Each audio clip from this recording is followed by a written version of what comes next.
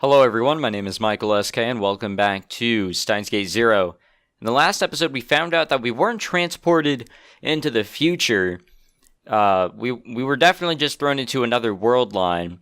So it's around the same day as as that Christmas party. It's just now we're thrown into a different world line. But the reason why this seems like we're in the future, like World War III or some crazy ass war is going on, is because Russia, they got their hands on the time machine shit and decided to go back and change history, which means we're getting thrown onto another world line because things have changed. So I believe the world line that we're in right now is that of which Russia decided, yeah, none of that shit happened. Basically, a lot of historical facts aren't facts anymore. Instead, they're delusions. Or at least it seems that way to a lot of the people here with the main characters. They believe all these things, but in reality, in this world line's reality, they never happened. So I don't know where we're going. I think we're going to America, so we're at some sort of base. Not exactly sure what is happening other than that, but let's read on and figure out how the hell we get out of here. We stopped in front of the gate. Several U.S. soldiers had evidently been waiting for my arrival.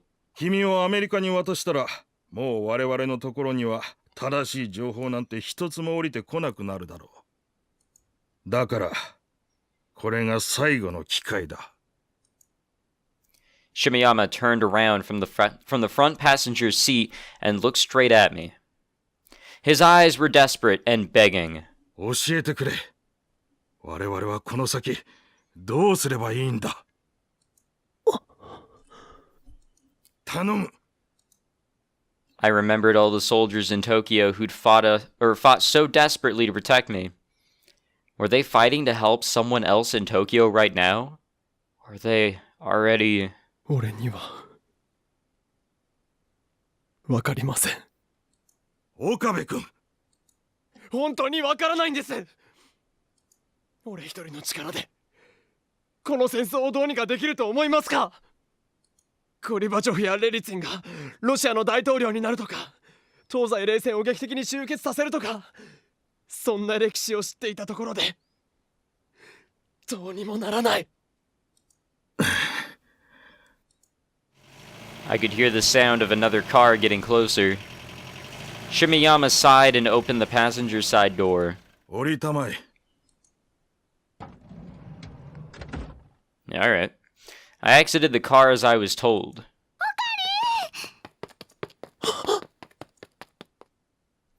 Oh, Jesus.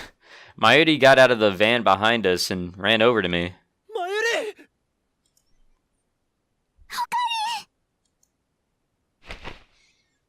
Aw. My childhood friend flung herself into my arms, and I held her tight.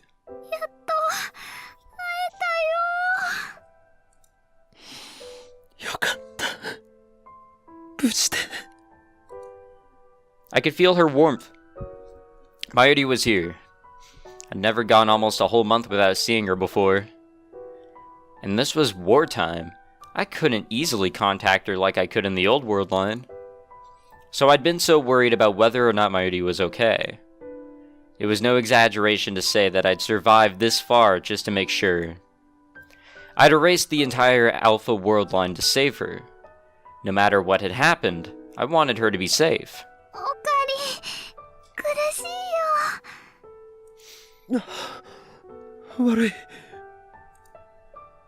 I'd held her too closely. I took a step back.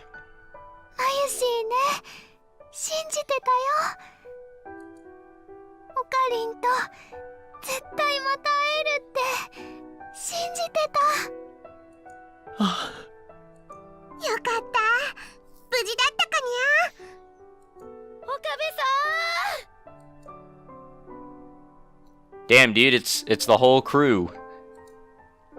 I didn't read that, my bad. Two voices that we recognized. Sorry. Because I was distracted by everyone's looks.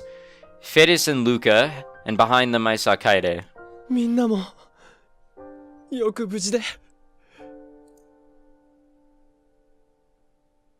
岡部さん、僕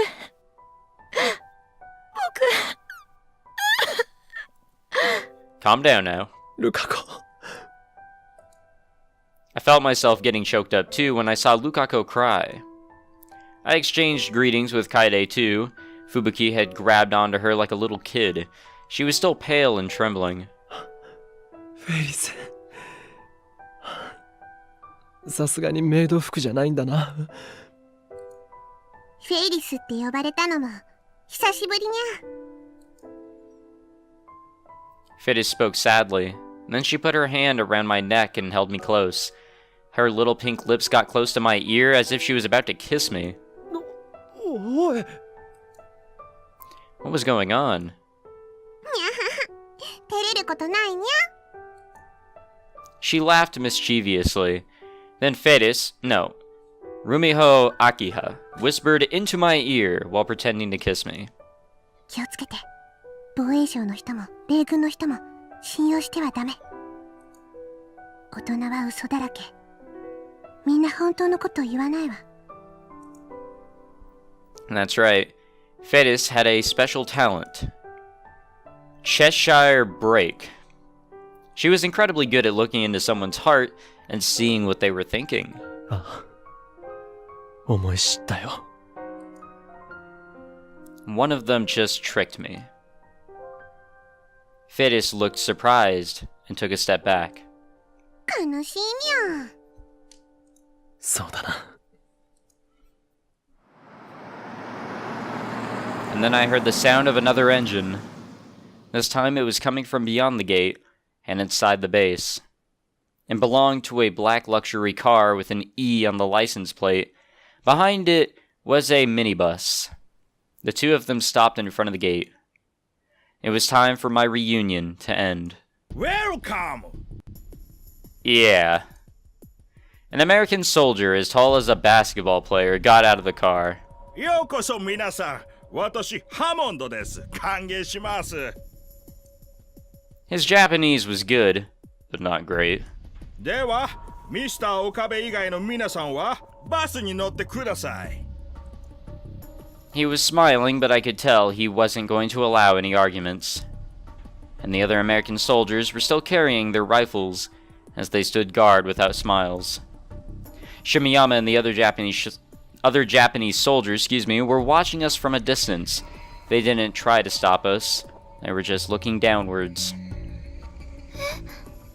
オカリ以外ってどういうこと？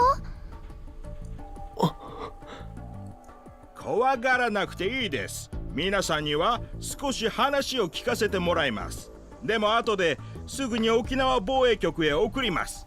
さあ、どうぞ。オカリ。大丈夫だ。安心しろ。でも。ユキさん、参りを頼みます。はい。 Yuki nodded and put her arm around Mayuri's shoulder as she led her to the bus. Everyone else followed. オカリ。俺の両親によろしく言っておいてくれ。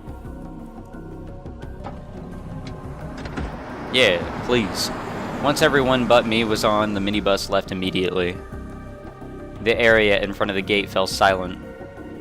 It was hard to believe this existed in the same world as all the places I'd crossed on my escape through Japan's main island. さて、それではミスター岡部、あなたはどうぞこちらの車へ。He told me to get in the back seat of a black luxury car. What would happen to me once I got inside? I tried to think about it, but realized there was nothing I could do. I was just about to get into the car when... 岡部君逃げろ。アメリカへ行ったらもう生きて戻れ。Shimiyama's scream was cut off by the sound of gunfire. In the corner of my eye, I saw the American soldiers firing without hesitation. No way. I tried to turn around when... 乗って。 A large hand blocked my vision as Hammond held me down. I couldn't hear Shimiyama's voice anymore. Through the gaps between his fingers, I could see that nothing was moving. And I knew exactly what that meant. I was shoved into the car before I had time to think about it. こんなの。 I tried to open my mouth, but Hammond looked into my eyes and shook his head. I wasn't supposed to talk then. Hammond sat next to me, then closed the door. The car started to move. Soon we turned down a different road than the one the minibus was taking. America, huh? I'd never been there before. What were they going to do to me there? Use me as a guinea pig? Cut open my head and dissect my brain? I probably wasn't going to be able to do any tourist things. I felt like screaming but tried my best to stay calm. あなたに会わせたい人がいます。 Hammond suddenly spoke. Then he handed me something. I took it before I even looked at what it was. When I checked, it was a normal smartphone. ロックはかかっていません。そこのボタンを押して。Confused, I pressed the button as I was told. And then something appeared on the screen. What was it? Ah, fuck. Well, alright. クリス It was the Amadeus Makise Kyurisu. なんで米軍がアマデウスを I was about to ask Hammond when, for the first time in about a month, that feeling came back. Well, what the fuck? Okay. See ya, Hammond. See ya, Shimiyama. I guess we're back to normality in a way. The whole world and all of its color began to shift. There was a feeling of instability, like my brain was unable to recognize where I was, and then dizziness and a sense of falling, like you get when you're anemic. I could hear the blood vessels deep within my ears, and they sounded really loud. The sense of floating finally stopped, and my surroundings into firm shapes.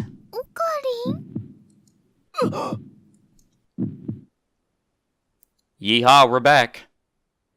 Mayuri was in front of me. God damn, January 21st. Wow, we really did a jump.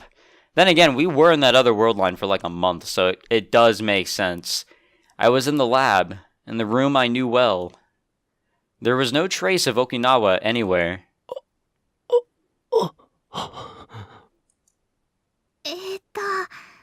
そんなに見つめられたら、まゆし恥ずかしいんだけど。 I realized I was staring at Mayuri. I looked around the room. Daru was sitting in front of the PC like always, hunched over with his back towards me. Suzuha was reading a magazine on the couch. On the open page, I could read the title, New Encephalitis Strikes Worldwide. Are you in danger? That sounds like a magazine title.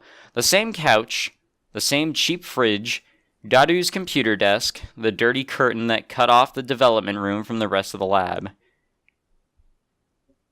The wall clock, which I'd picked up out of a garbage dump, told me it was past 6. I looked at the calendar, and 2010 was already gone. It was January 2011. The world line had changed again. I was back? To the old world line? なあマユリここって秋葉原だよな。違うのか。秋葉原だよ。今日って何日だっけ。21日。ゴリバチョフ知ってるか。ゴリバチョフ？どこかで聞いたことがあるような。ペレストロイカっしょ。恐ろしや。あ、でもゴリビーってソ連時代だっけ？やっぱロシアといえばプーシンっしょ。目の前で睨まれたらしょんべんちびる自信あるね。プーシンさんなら知ってるよ。ロシアの大統領さんだよね。実はワンコが好きなんだよ。秋竹を飼ってるんだってニュースでやってた。大統領。あ、そうだ。大統領だ。Mayuri, Daru, and Suzuha all looked over at me suspiciously. It felt like a long time since anyone had looked at me like that way. I was back. I no longer had to worry that I might be killed at any second. I felt incredibly relieved, but at the same time I wondered, why had the world line changed again? I needed to calm down and think for a bit. You know, I thought we were going to escape that world line by, like, doing some historically crazy shit. Like, to make things right. But, no. I guess just by talking with Amadeus Kirisu, we were able to escape no problem, which doesn't make so much sense to me, but whatever. I went up to the roof and booted up the web browser on my smartphone. Unlike during wartime, it connected immediately. I was amazed at the speed. Just getting an internet connection in the last world line had been difficult enough. I started by searching for Gorbachev, and the results came back instantly. Perestroika, the Soviet Union's first and last president. The August coup d'etat, and the collapse of the Soviet Union. All the keywords I'd hoped to see were there. As soon as I confirmed that the Soviet Union was dismantled at the end of the 20th century and no longer existed, I closed the browser.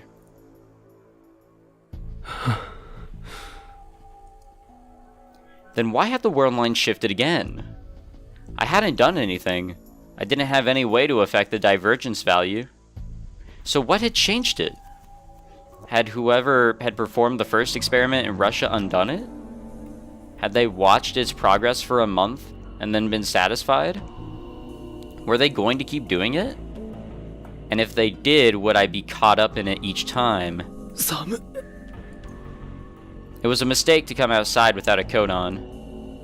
Nothing I could come up with by myself would be anything more than a guess. I'm curious if we have access to Amadeus. We do. Can't use it, but we do have access. I went back to the lab. The wreaths we'd put up at the entrance for the Christmas party were still up. Christmas party. It had only been a month, hadn't it? It felt like a million years ago. I had no memories of what I'd done in this world line after the Christmas party. ああ、そういえば飾り付け放置したまんまだっけ。いい加減外さないとな。パーティーの時にオカリンと吹雪氏が倒れたっしょ。それでバタバタしちゃってちゃんと片付けできてないんだよね。So we are back at the world line, or one that's similar from the one that we left earlier. And of course it's Fubuki, who also collapsed. Interesting. We were both transported to that world line. 俺と中瀬さんが倒れた。Was that when the world line changed? Everyone remembered that I'd collapsed at the Christmas party, which means I'd come back to the same world line as the one I'd been in before. If this was Russia's doing, it was terrifying to think that they could control the world line to that degree. And there was one more thing. It worried me that Fubuki had collapsed too. I'm glad that's finally being addressed. I said this last time, but I'm glad that the whole Fubuki thing is being brought back up again. I stood there, lost in thought. Daru and Mayuri looked a little concerned. オカリン？そういえば中瀬さんの具合はどうなのかなって思ってな。I quickly came up with an excuse. 吹雪ちゃん、まだ入院してるんだ。入院？もう1ヶ月近く経ってるのにか？本人は大丈夫だって言ってるんだけど、ちっとも退院させてもらえないんだって。I've heard that lately. Unless you were really, really sick, they wouldn't let you stay in the hospital for very long. Was Fubuki sick with something? これの疑いが晴れないらしいね。Suzuha whispered as she held up the page of the magazine she was reading. New encephalitis strikes worldwide. Are you in danger? 新型脳炎 I borrowed the magazine. They were talking about this last November. I'd seen a glimpse of it on the news.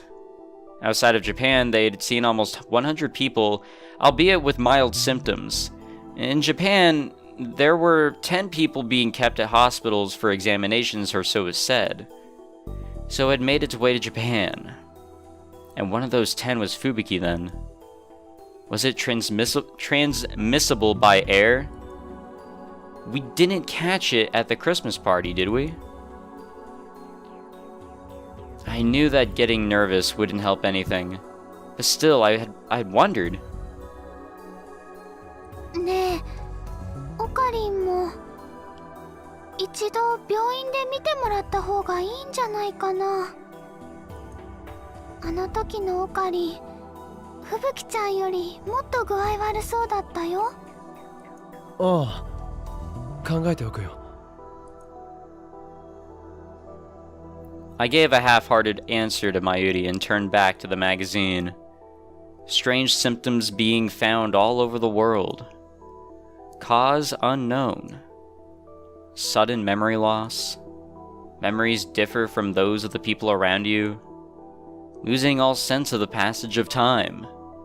Losing the ability to tell the difference between dreams and reality, and sometimes having waking dreams.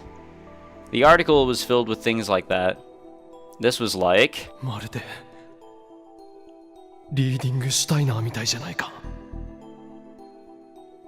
This was all brought up back in the beginning of the game, but I guess because we branched off into those other world lines and other routes, we just never touched back on up upon this. Like this all seemed really important, though it was kind of just dropped and it's like, oh hey, here's Kaguri, an annoying ass character. And it matched exactly with what Shimayama had told me in the other world line. 随分とリアルな夢を見たりするとか。ひどい時には白チュームというのかな。現実と夢の区別がつかなくなることもあると聞いた。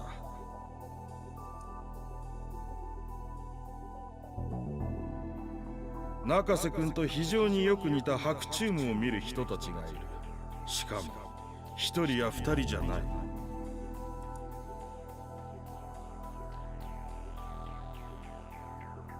I'd wondered back then if Fubuki possessed reading Steiner too.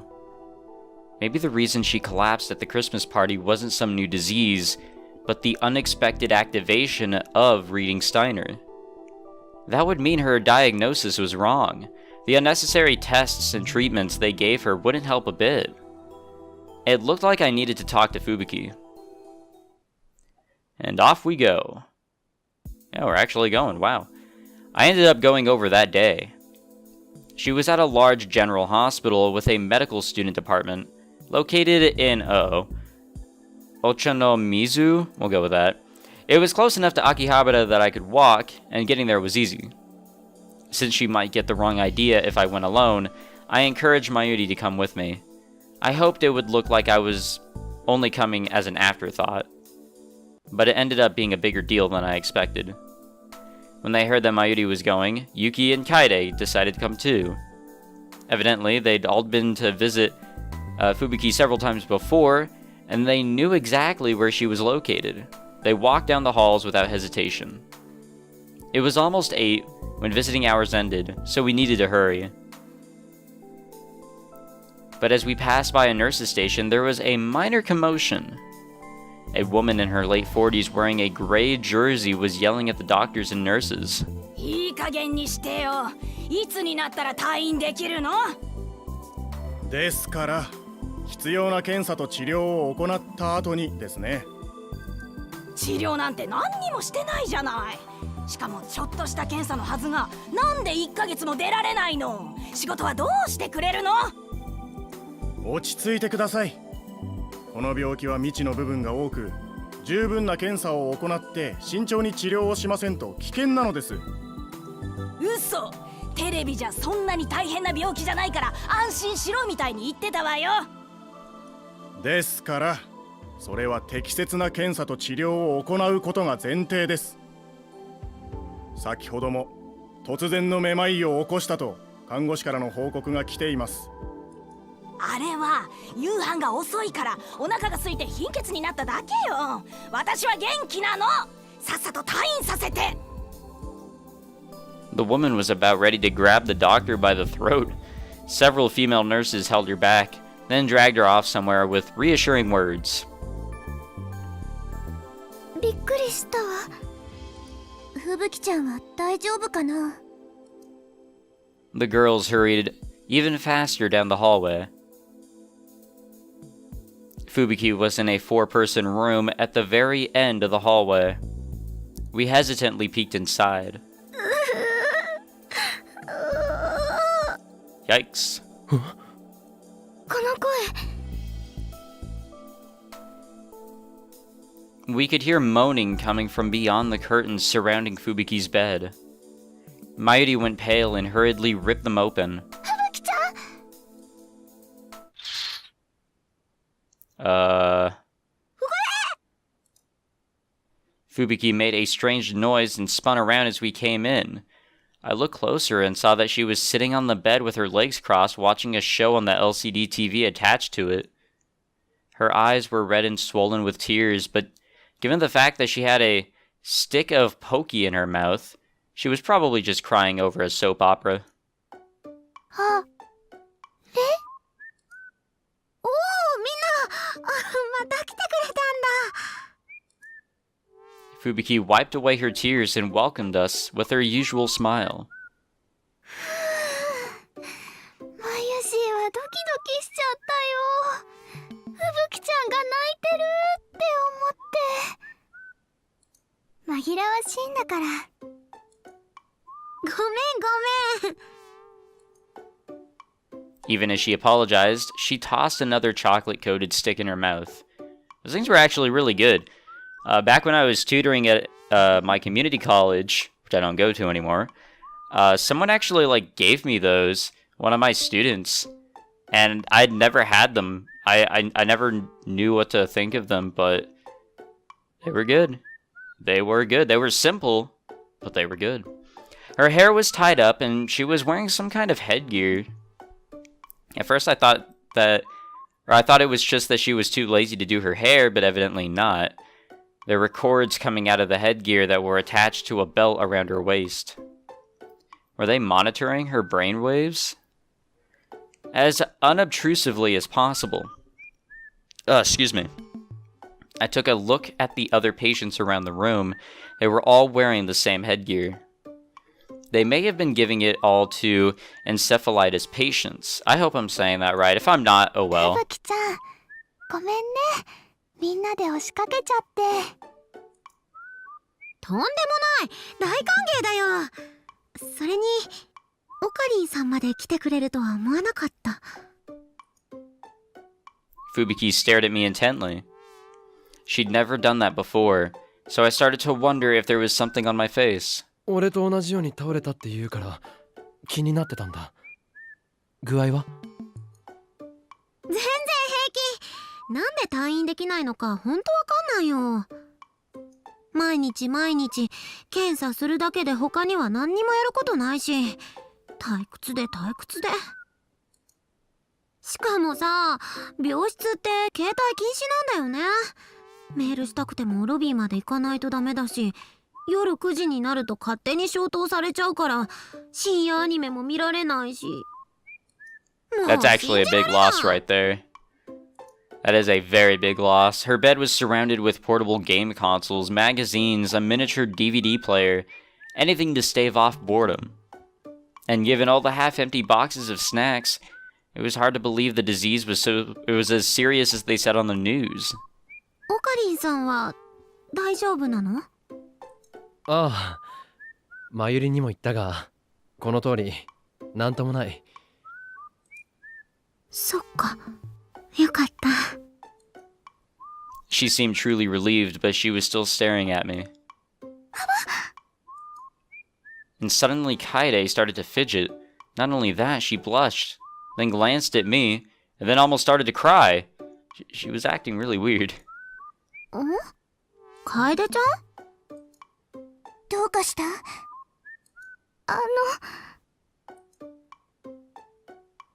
Kaede started fidgeting even more when she realized that everyone was looking at her.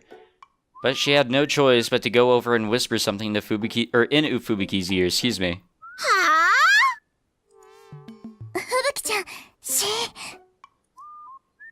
The other girls tried to quiet Fubuki down.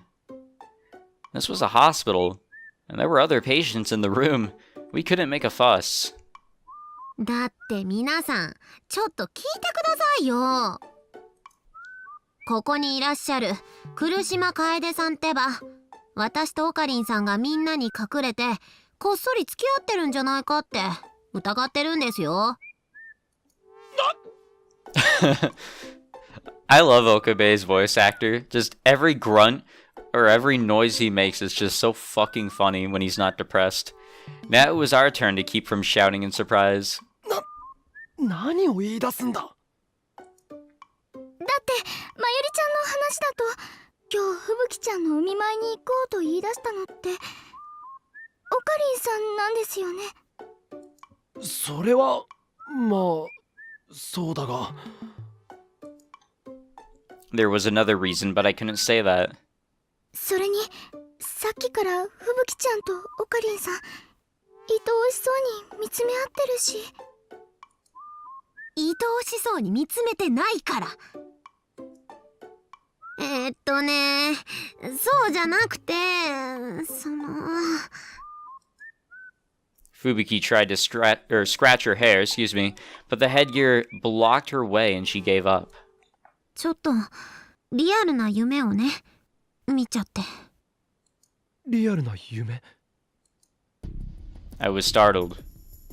That may have been what I wanted to find out. 今日の夕方くらいかな。少しうとうとしてたんだ。やることもないし暇すぎちゃって。そしたらなんかね、あんまり詳しくは覚えてないんだけど、私とオカリンさんとユキさんが怖い人に車に乗せられてどこかへ連れて行かれる夢を見ちゃったんだ。私も出てくるの？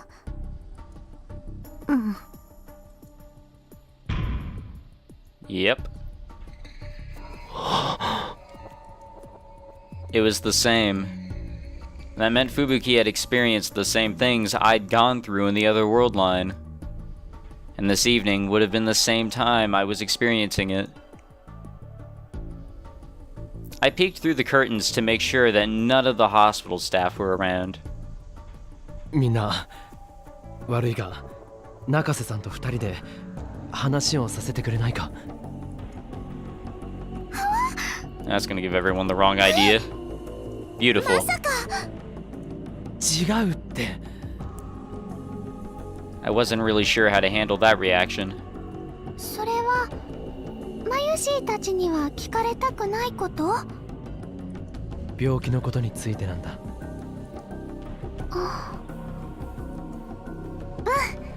かった。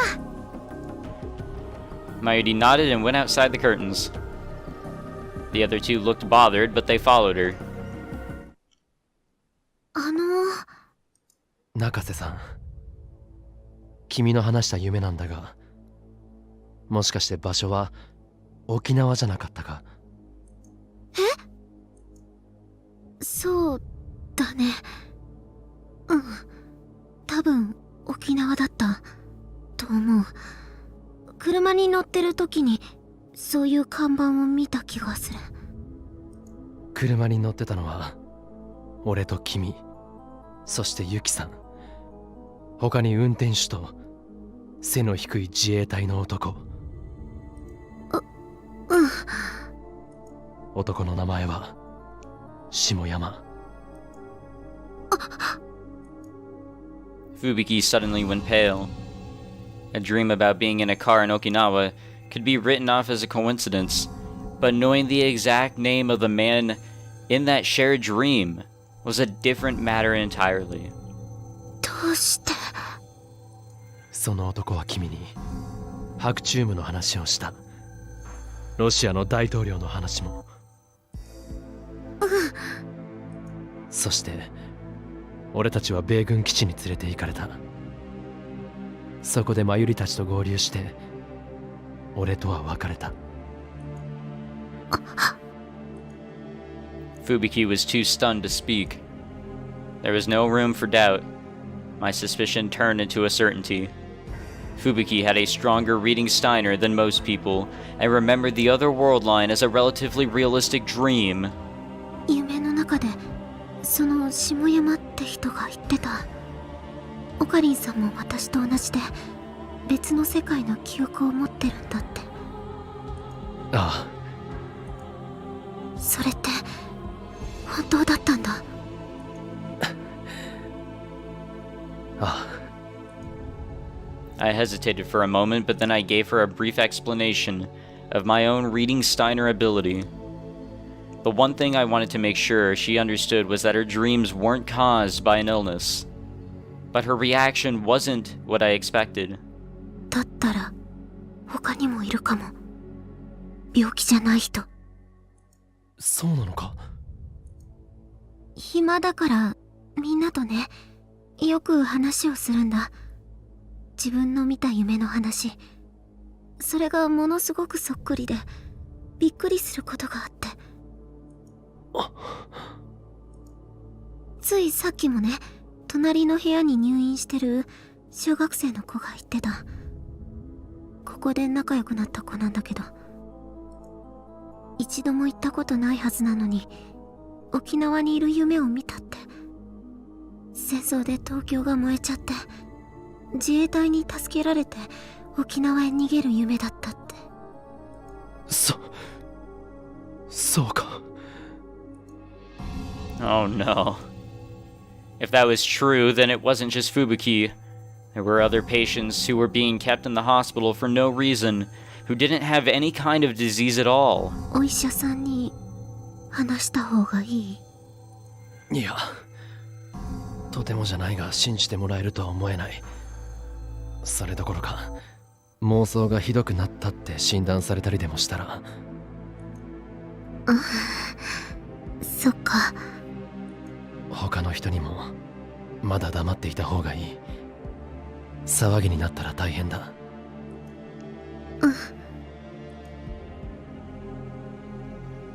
And then Yuki poked her head through the curtain. 岡部さん、看護師さんがこっちに来ます。面会時間おしまいですよ。